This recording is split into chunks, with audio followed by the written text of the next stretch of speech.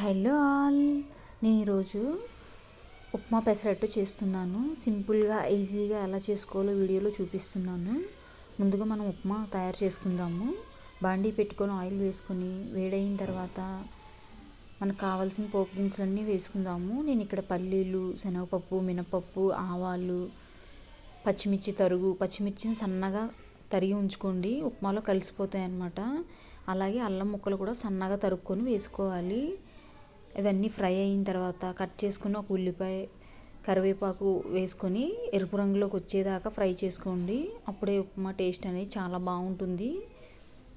నేను సింపుల్గా ఎలా చేసుకోవాలి వీడియోలో అయితే మీకు చూపిస్తున్నాను.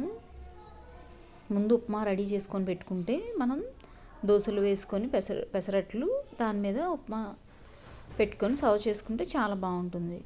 ఈ విధంగా సిమ్లో 2 నుంచి 3 నిమిషాలు అయితే టైం పడుతుంది ఫ్రై అవ్వడానికి. హై ఫ్లేమ్ మీద పెట్టొద్దు. ఉల్లిపాయ అనేది ఎరుపు రంగులోకి వస్తే టేస్ట్ అనేది డిఫరెంట్గా ఉంటుంది, ఉప్మాది చాలా బాగుంటుంది. సో ఈ విధంగా పోపు బాగా ఫ్రై అయిన తర్వాత వాటర్ వేసుకోవాలి. ఇక్కడ నేను 1 కప్పు ఉప్మా రవ్వకి 3 కప్పులు వాటర్ అయితే పోసుకుంటున్నాను. మనం 1:3 రేషియోలో చేసుకోవాలి. సో పర్ఫెక్ట్గా వస్తుంది ఉప్మా. ఎప్పుడు చేసిన ఈ కొలతతో చేసుకుంటే చాలా బాగా వస్తుంది. ఇలా నీళ్లు తెలుతున్నప్పుడు నెయ్యి ఇష్టమైన వాళ్ళు 1/2 టేబుల్ స్పూన్ నెయ్యి కూడా వేసుకోండి. తగినంత ఉప్పు కూడా వేసుకొని నీళ్లు మరిగించుకుందాము. బాయిల్ అవుతున్నాయి కదా, వాటర్ అనేది బాయిల్ అవుతున్నప్పుడు మనం ఉప్మా రవ్వ వేయించుకొని రెడీగా పెట్టుకోవాలి. నేను ఒక 1/2 కేజీ వేయించుకొని డబ్బాలో పోసేసుకుంటాను. ఇన్స్టెంట్గా మనం చేసేసుకోవచ్చు వేయించుకున్న రవ్వ ఉంటే. సో ఈ విధంగా కొద్దిగా వేస్తూ కలుపుకోవాలి. ఈ విధంగా కొద్దిగా వేసుకుంటూ సిమ్లోనే పెట్టుకోవాలి. ఫ్లేమ్ అనేది హై ఫ్లేమ్ మీద పెట్టొద్దు అస్సలు. నీళ్ళు ఒక్కసారి మరిగిన తర్వాత ఫ్లేమ్ని లో టు మీడియం ఫ్లేమ్కి అడ్జస్ట్ చేసుకొని సిమ్లో పెట్టుకొని మనం ఈ విధంగా కలుపుకోవాలి. ఉప్మా రవ్వ కూడా వేస్తూ కలుపుకొని సిమ్లో పెట్టేసుకోవాలి. ఇలా 1-2 నిమిషాలు చాలు దగ్గరకు వచ్చేదాకా. దగ్గరకు వచ్చిన తర్వాత స్టవ్ ఆఫ్ చేసేస్తే గరిటె జారుగా ఉన్నప్పుడే మనం చూసుకోవాలి. ఈ విధంగా ఉండలు లేకుండా మనం మిక్స్ చేసుకోవాలి. చాలా బాగుంటుంది. ఒకసారి ఇలా చేసి చూడండి. పోపు కూడా ఎర్రగా వేగింది కదా, చాలా బాగుంటుంది. క్రంచీగా మనం తింటుంటే పోపులు మనకి తగులుతాయి అన్నమాట, పలుకుగా. సో దగ్గరకు వస్తుంది. ఇంకొక నిమిషం దగ్గరకు వచ్చేస్తే స్టవ్ ఆఫ్ చేసేస్తాను.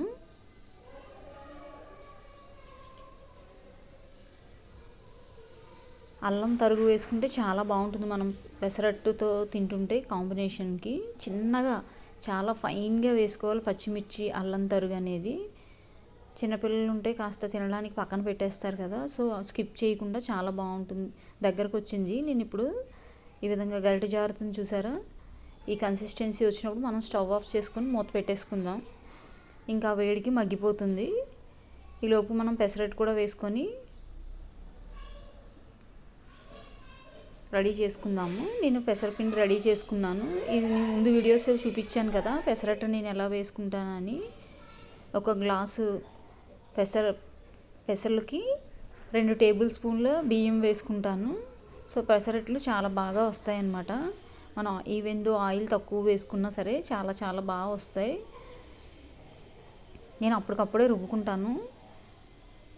1 పచ్చిమిర్చి, కొద్దిగా అల్లం వేసుకొని రుబ్బేసుకున్నాను. ఈ పెసరపిండిని అయితే ఇలా దోశల కింద వేసుకుంటాను. మనం ప్లెయిన్ పెసరట్లు కొబ్బరి పల్లి చట్నీతో తిన్నా, ఏ చట్నీతో తిన్నా చాలా బాగుంటాయి. లేదు మనం ఉప్మా చేసుకున్నా కూడా చాలా బాగుంటుంది కాంబినేషన్. ఈ ఉప్మా పెసరట్టుకి కోకోనట్ కొబ్బరి చట్నీ, అలాగే టమాటో చట్నీ చాలా బాగుంటుంది. ఇంకా పచ్చిమిర్చి, అల్లం, బెల్లం వేసుకున్న చట్నీ కూడా, స్వీట్ చట్నీ చాలా బాగుంటుంది. అల్లం పచ్చడి కూడా.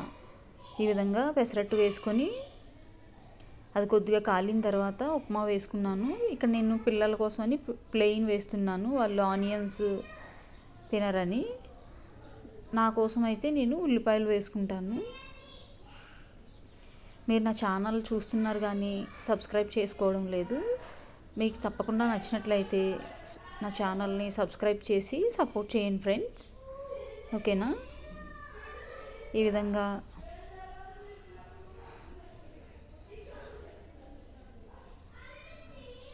లైట్గా మనం చుట్టూరు ఆయిల్ వేసుకోవాలి. వేసుకొని తగినన్ని ఉల్లిపాయలు కూడా వేసుకోవాలి. ఇందాక నేను వేసింది పిల్లల కోసమని వేసాను. మీకు ఇష్టం ఉంటే పచ్చిమిర్చి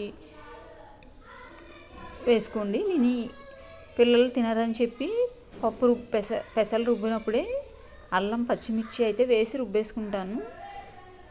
మీకు కావాల్సినంత ఉప్మా కూడా వేసుకొని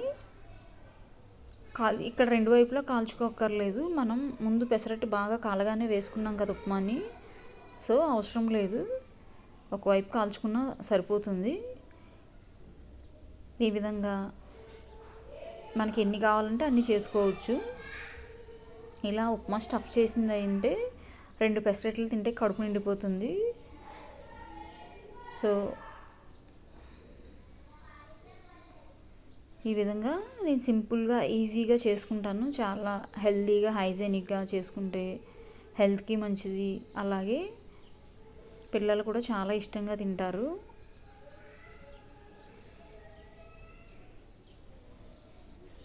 నేనైతే ఈరోజు పెసరట్లలోకి కొబ్బరి, పల్లి, టమాటో కలిపి చట్నీ చేసుకున్నాను. చాలా బాగుంటుంది. అలాగే పచ్చిమిర్చి చట్నీ చెప్పాను కదా, అల్లం పచ్చిమిర్చి ముక్కలు చట్నీ చేసుకున్నాను. చాలా బాగుంటుంది.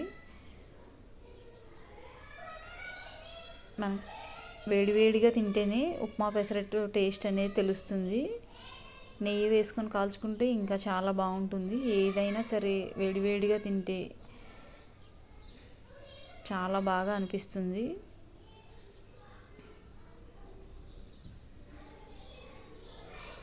మీకే టిఫిన్ ఇష్టమో నాకు కామెంట్ చేయండి. నేను ముందు వీడియోస్లో పెసలు ఎలా నానబెట్టుకుంటానో, ఎలా గ్రైండ్ చేసుకుంటానో చూపించాను. నచ్చినట్లయితే షార్ట్ వీడియోస్లో ఆ వీడియో ఉంటుంది, తప్పకుండా చూడండి.